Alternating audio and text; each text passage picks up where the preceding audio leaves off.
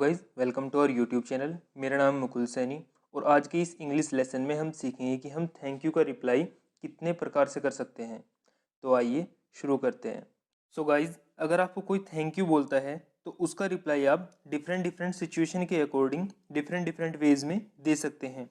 Example के लिए, अगर आप किसी बिल्डिंग में लिफ्ट में एक फ्लोर से दूसरे फ्लोर पर जा रहे हैं और आप लिफ्ट का बटन प्रेस करने ही वाले होते हैं कि अचानक से आप देखते हैं कि आपके सामने कोई व्यक्ति चला आ रहा है जो आपको लिफ्ट को रोकने के लिए बोलता है, तो आप उसके लिए लिफ्ट को रोक देते हैं। तब यदि वह व्यक्ति आपको थैंक यू बोलता है तब आप उसको बोल सकते हैं नो प्रॉब्लम या इट्स ओके। तो जिस कार्य को करने में आपको बहुत कम एफर्ट लगाना पड़ता है तो आप वहाँ पे थैंक यू का रिप्लाई नो प्रॉब्लम या इट्स ओके बोलकर कर सकते हैं।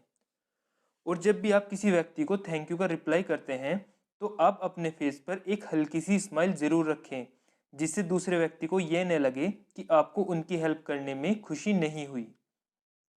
अब यदि आपको किसी कंपनी में जॉब मिल गई है, आप किसी कंपनी में जॉब करते हो और वहाँ पर आपके बॉस या आपका कोई सीनियर आपको किसी काम को करने के लिए बोलता है और आप वह कार्य कर देते हैं, तो यदि आपके बॉस या आपके सीनियर आपको थैंक यू बोलते हैं तो उसके रिप्लाई में आपको बोलना है इट्स माई प्लेजर, यह मेरा सौभाग्य है। या फिर आप सिर्फ माई प्लेजर भी बोल सकते हैं। इसके साथ साथ आप डोंट मेंशन इट या फिर I am glad I could help भी बोल सकते हैं, जिसका मतलब है मैं खुश हूँ कि मैं मदद कर सका। और अगर आप अपने बेस्ट फ्रेंड या किसी फैमिली मेम्बर की हेल्प करते हैं और वो आपको थैंक यू बोलते हैं तो आपको बोलना चाहिए एनी टाइम।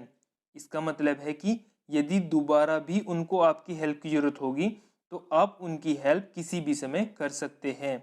या फिर आप यहाँ पर यह भी बोल सकते हैं I know you would do the same for me, जिसका मतलब है मैं जानता हूँ कि आप भी मेरे लिए यही करते। सो गाइज, ये सब थे मेरे डिफरेंट वेज जिनसे आप थैंक यू का रिप्लाई कर सकते हैं और अपने आप को भीड़ से अलग दिखा सकते हैं।